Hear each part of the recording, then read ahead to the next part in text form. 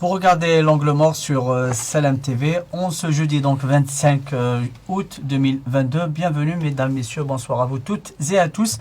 Nous allons parler aujourd'hui de la visite du président français Emmanuel Macron en Algérie. Une visite officielle qui dure 2 jours et qui l'emmène à Alger et à Oran. Des rencontres avec le président de la République Abdelmadjid Tebboune est prévue aujourd'hui, mais aussi avec des membres de la société civile, des jeunes entrepreneurs et encore avec l'écrivain journaliste Kamel Daoud à Oran. Nous allons parler de tout ça, des aspects de cette visite avec mes chers invités, bien sûr. Avec moi, Tarek Hafid, bonjour. Bonsoir. Bonsoir. Merci d'être là, Tarek Hafid. Yassine Merzougui, bonsoir. Bonsoir. Merci d'être là. Donc, nous allons commencer avec cette visite aujourd'hui, mais nous allons parler en deuxième partie d'autres sujets. Il n'y a pas que ce sujet aujourd'hui, Yassine Merzougui. On va parler de là aussi et d'autres sujets encore. Yassine Merzougui, si on commence par cette visite à Alger du président français Emmanuel Macron, une visite pleine de sens, on va dire une visite historique, non? Pourquoi historique? C'est à vous de me le dire. Bon, avant de parler de la visite de Macron, tout à l'heure j'en parlais à Hafid. Nous sommes en cette semaine. Tarek Hafid. D'accord. Moi-même, Hafid. Enchanté. Enchanté. Donc, pendant la semaine, on a eu 2 records. C'est le niveau le plus bas de l'euro depuis 2002. Et le plus haut en termes de prix du gaz. C'est-à-dire que nous avons un gaz qui est aussi cher qu'en 2008. D'accord. Ça donne une idée sur la crise mondiale. D'accord. Notre gaz, on l'encaisse en euros. Tout dépend des contrats. Les contrats que nous avons avec l'euro, par exemple, c'est clair, c'est en euros. Et c'est en notre faveur si l'euro chute, non? Bon, c'est quelques miettes. D'accord. C'est quelques miettes. Mais pour dire que la zone euro souffre de l'hégémonie du dollar par rapport à l'euro, il souffre aussi des prix excessifs. Je dis excessifs parce que ils sont anormaux. Les prix du gaz et du pétrole. Donc la semaine, on a enregistré une petite baisse du prix du baril, mais hier il a repris, il est repassé au-dessus de $100 le baril. Et aujourd'hui, jeudi 25 août, il est à peu près 101, 102. Bon, d'accord, 101, 102 de bon augure. Nous sommes toujours dans notre marge, Tarek Hafid, avant de parler de la visite. Donc c'est au-dessus de 80 euros, ça reste très bon pour nous. C'est excellent. Je vois pas pourquoi on se plaindrait de cette situation, c'est très bien.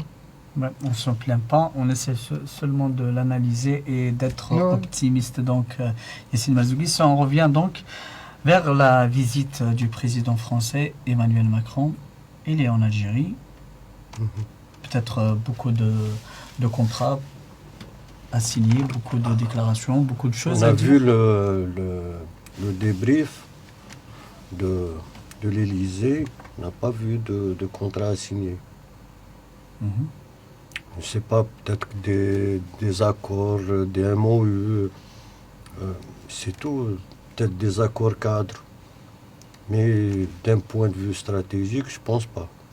À quoi sert une visite d'État d'un président de la République à un pays si important tel que l'Algérie sans signer de contrat? Attention, ils ont précisé que c'est une visite de travail et d'amitié. Ce n'est pas une visite d'État, ce n'est pas une visite... Et de travail, vous l'avez oublié? Travail, donc... Je vais travailler. Ils doivent travailler, non? Ils ne vont pas travailler, les deux? Faire du tourisme à Oran, c'est du travail. C'est du travail. Aller à Disco Maghreb... Disco Maghreb, c'est du travail aussi. C'est pas politique. Sincèrement... Pourtant, entre Alger et Paris, c'est pas vraiment le beau jour. Il y a beaucoup de tensions entre Alger et Paris. Il y en a beaucoup moins. Il y en a Et donc, beaucoup moins. c'est l'occasion à jamais, soit de Il y en a beaucoup dissiper, moins. de discuter, de... Oui, ça peut être une occasion pour essayer de revenir à une relation plus ou moins normale, c'est-à-dire il faut juste préciser que cette visite a été organisée à la demande de la partie française. Je n'ai pas le souvenir d'avoir vu un président étranger à Alger en mois d'août. Mm. C'est vraiment exceptionnel, c'est-à-dire au début, bon, quand l'information est sortie, ça fait à peu près une vingtaine de jours que le président français allait venir, c'était étonnant, c'est-à-dire que même il y a des amis qui n'y croyaient pas du tout, et finalement ça s'est confirmé. Alors, au début c'était 25-26, à un moment c'était non, juste une nuit, le 25, ensuite, mais quand même là on est parti sur 3 jours. Ouais. Sur 3 jours avec 2 villes. Comme l'a dit Yassine, il n'y a pas de contrat parce que à la base, puisque une visite en fait sert à finaliser, à tout boucler. C'est-à-dire après on donne l'occasion au chef d'État et aux membres des 2 gouvernements de pouvoir signer donc Ce qui a été ce qui a discuté, on été va discuté déjà à la base. qui Mais a là, été négocié. pendant un moment, on n'a pas eu d'ambassadeur à Paris. Ouais. C'est-à-dire que on a l'impression, en tout cas vu d'Alger, que c'est un président qui vient pour pratiquement du tourisme, pour rencontrer quelques personnes C'est et plus repartir. symbolique. C'est plus symbolique qu'autre chose. C'est, il me semble, essayer de tourner la page de ce qui s'est passé durant l'automne dernier avec les propos du président Macron qui ont créé une véritable crise. Oui, Yassine Mazouni. Non, je pense que la motivation principale, c'est le gaz. D'accord. L'Europe va manquer de gaz. Avec un Poutine déterminé à les faire souffrir et leur faire payer les positions qu'ils ont adoptées dans la crise ukrainienne. Je pense qu'ils vont demander des quantités additionnelles de gaz. Mais de toute façon, l'Algérie ne pourra jamais remplacer les 150 C'est milliards évident, de la Russie. Ça, c'est impossible. c'est impossible. Techniquement, c'est impossible. On n'a pas les capacités pour. Et de production et de transport. Et on peut augmenter notre part de production ou pas? Non. Est-ce que nous pouvons techniquement déjà? C'est pas un interrupteur sur lequel on va appuyer, on va obtenir plus de gaz. C'est des process très longs et qui demandent beaucoup de temps, beaucoup d'investissement. Bon, peut-être qu'on va réduire un peu les Espagnols pour donner des quantités additionnelles aux Français, je ne sais pas. En passant par l'Italie. Sur le plan économique, toujours, entre Paris et Alger aussi, il y a toujours des tensions. On voit toujours des déclarations d'officiels algériens qui un rejet de tout ce qui est français, des entreprises françaises. On voit de plus en plus la Chine qui s'installe, l'Italie, le président algérien qui est parti en Italie dire que nous privilégions directement C'est un l'Italie choix. C'est un en choix. dépit de la C'est un France. choix. Est-ce que Macron est-il là justement pour régler ça, pour sauver ce qu'il y a à sauver? Moi, je voudrais qu'on me cite un seul investissement d'envergure en Algérie, français en Algérie. Renault, c'était pas... Non, Renault, c'est une escroquerie. C'est une escroquerie. Ils ont dépensé, je pense, 50 millions d'euros. Le reste, c'est les banques algériennes qui ont dégagé les... Il y a une masse salariale, un personnel de 300, je crois, 300 personnes, même pas. En plus, C'est fou. pour faire des extensions, ils sont allés réclamer aux banques algériennes un montant, je pense, de 20 millions d'euros. Si je me Alors sou- qu'on se demande pourquoi on a des agences BNP Paribas, Société Générale, à quoi ça sert? Juste pour l'importation, fuite de capitaux, Surfacturation. surfacturation. C'est ça le rôle. Je pense que c'est... On n'a pas vu ces 2 banques investir ou bien accompagner les grands investissements en Algérie. Jaws, c'est juste pour faire du chiffre d'affaires. En plus, c'était pas une usine de production. Oui, C'était Je crois que il me même pas un semble montage. la seule usine de production, si je me souviens bien, c'était la visite de Hollande. C'était une usine de mayonnaise ou de vinaigrette. Petit entrepreneur peut la faire, quoi. Ça mérite pas qu'elle soit parrainée par les chefs d'État. Mais à bien l'époque, sûr. t'as le sûr. C'est-à-dire qu'à l'époque, c'était mis en avant, et comme quoi c'était un investissement. Donc il faut quand même être sérieux. C'est pas. Avant, c'était quand un président français est là, c'est toute une grande délégation, une rencontre de haut niveau, des signatures, Le beaucoup MEDEF. d'accords, Le le MEDEF. MEDEF. Et là, Non, il ne faut pas oublier aussi une chose, c'est que on sort d'une situation quand même qui était très, très compliquée. Baisse du prix des hydrocarbures. La phase Al-Hirak. ouais, Le Covid. Sur le plan des investissements, ça ne fait que quelques semaines qu'on a une loi pour organiser, encadrer l'investissement. La crise du Covid, tous les pays ont été impactés. Donc, peut-être que c'est maintenant qu'on va commencer à aller vers une dynamique d'investissement, la venue d'IDE en Algérie. Est-ce que cette visite va préparer à de la phase? C'est possible.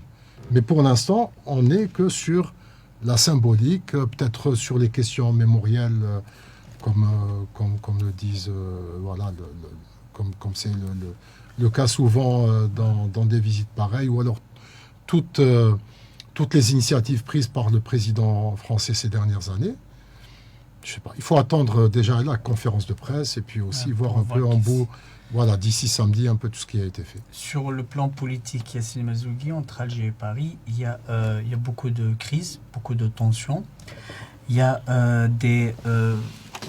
l'Algérie a demandé à émettre des mandats d'arrêt internationaux contre beaucoup d'activistes qui sont en France. Apparemment, Alger insiste pour leur extradition.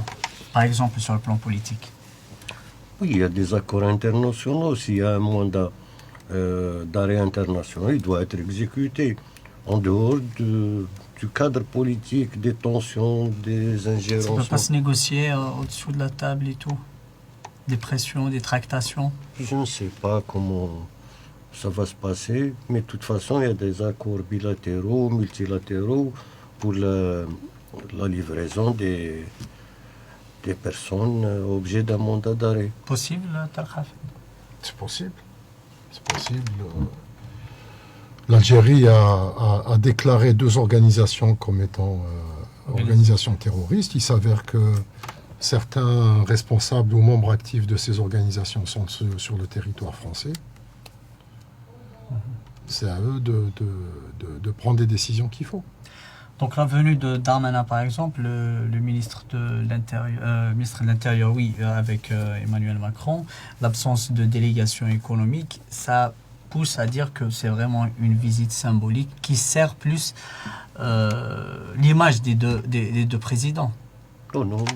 Il fallait qu'il y ait un tête-à-tête pour... Il y a un dîner, actuellement à 20h, c'est prévu normalement. Donc il fallait se mettre face à face et dire certaines vérités. Là où Alger se sentait vexé, c'était les ingérences. Comme on le disait auparavant, l'ambassadeur de France se permet de convoquer les opposants. Se permettez. Enfin. Ouais. Et même de dresser l'ordre du jour. Donc, شفناها ماشي مرة ماشي زوج. L'attaché de presse de l'ambassade était rédacteur en chef de la moitié de nos médias.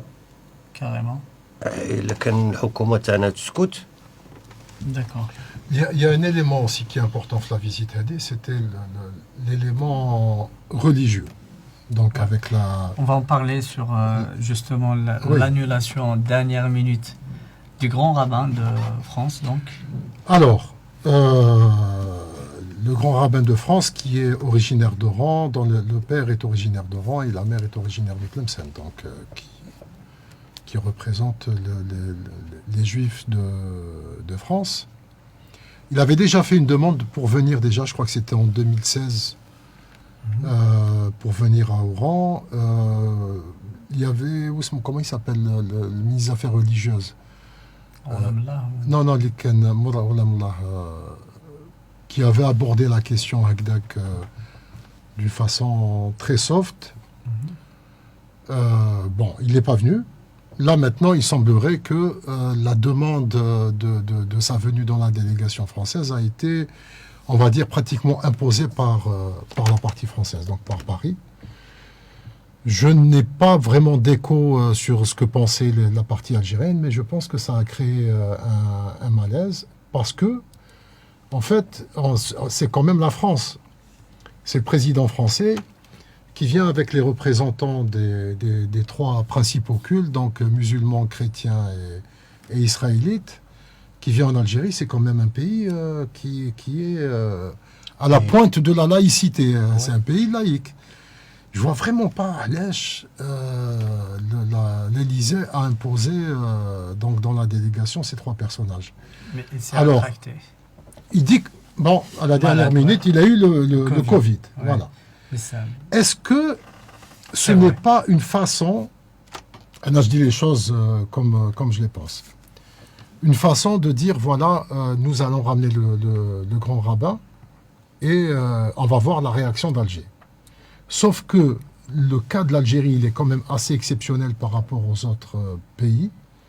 C'est que c'est la communauté juive d'Algérie qui a décidé à un certain moment, et qui a accepté, et certains même ont tout fait pour le devenir, de ne plus être algérienne, mais française, à travers le décret Crémieux.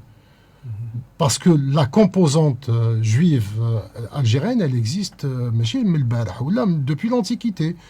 Le Kahina, les historiens disent qu'elle était juive. Ouais. On a le royaume de Tamantet, dans la région du Touat, Tanikif-Kif, c'est un royaume juif. Des juifs, il y en a eu partout.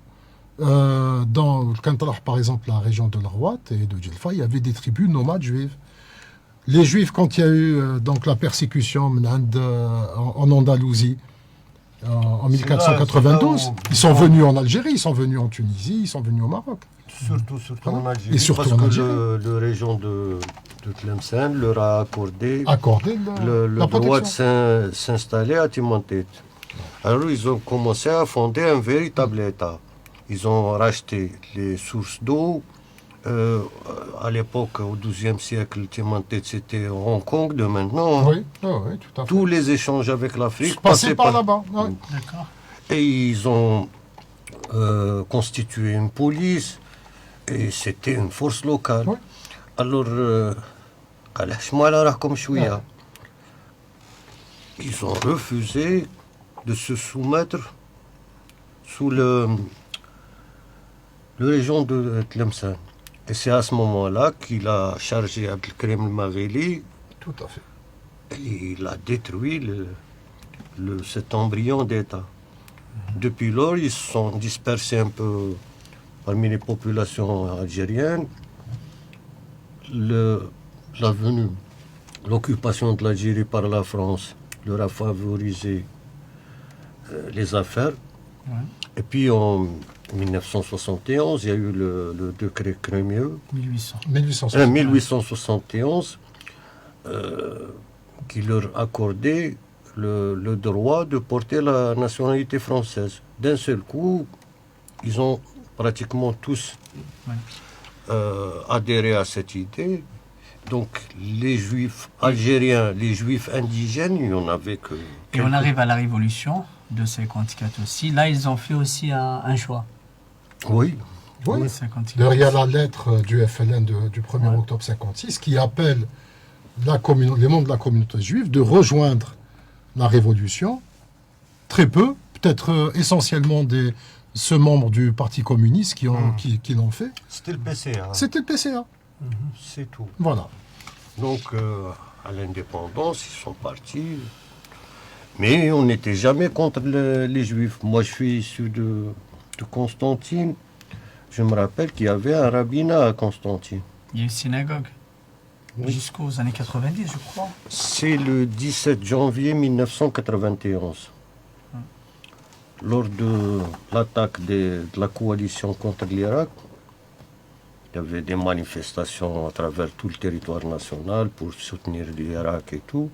Et il y a des jeunes qui ont profité de cette occasion pour incendier Le rabbinat. le rabbinat. Et puis le fils, à l'époque, il a fait un bon bout de business avec cette histoire.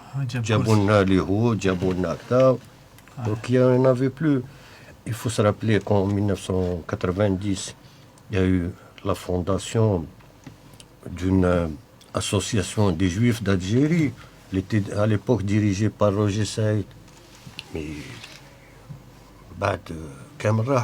ils sont tous partis. Mais actuellement, est-ce qu'ils ont le droit? Est-ce que déjà la société algérienne les accepte Mais là, il y a un problème, c'est-à-dire que les Français ont compliqué les choses.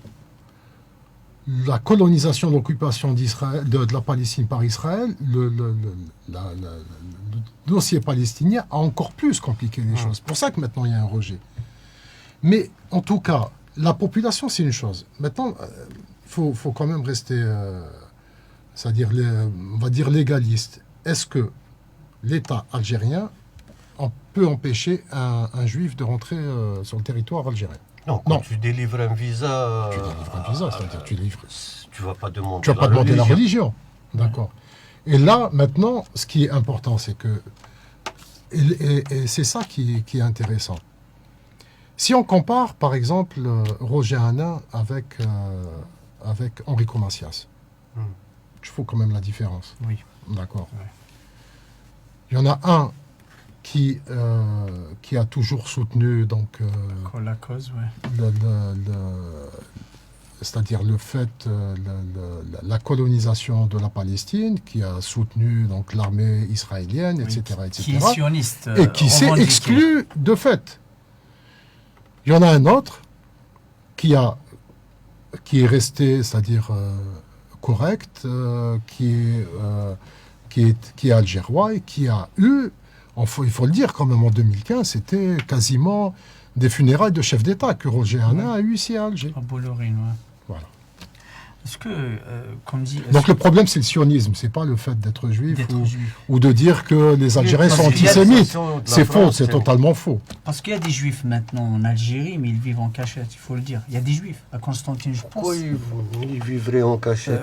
Enfin, ils cachent leur religion ou leur... Non. Moi, je suis de Constantine. Bon, à l'époque, dans les années 70, pratiquement tous les enfants des personnes aisées, les familles aisées, toute la région de l'Est, ils ramenaient leurs enfants.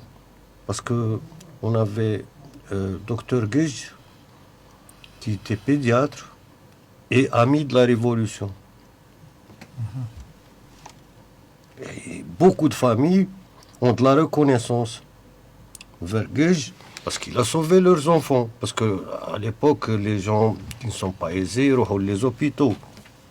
Donc, cas de force majeure, les gens se soignaient chez Dr Guij. Donc, il n'y a pas de problème. Il y avait des gens à Tlemcen, à Blida. Fondamentalement, les Algériens n'ont pas de problème avec la religion. Le problème, c'est avec les extrémistes et les sionistes. C'est comme les gens qui sont extrémistes en islam. Qaïda, al-Hijra al-Takfir, l'Akhor.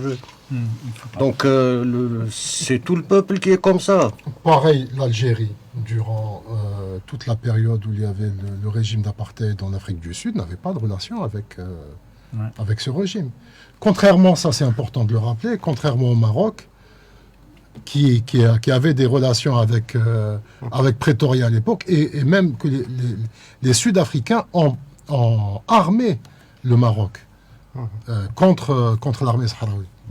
Merci Tarek Hafid, merci Yassine Marzougui. On continuera ce sujet et d'autres sujets encore dans la deuxième partie de Angle Mort. Restez avec nous, on reviendra.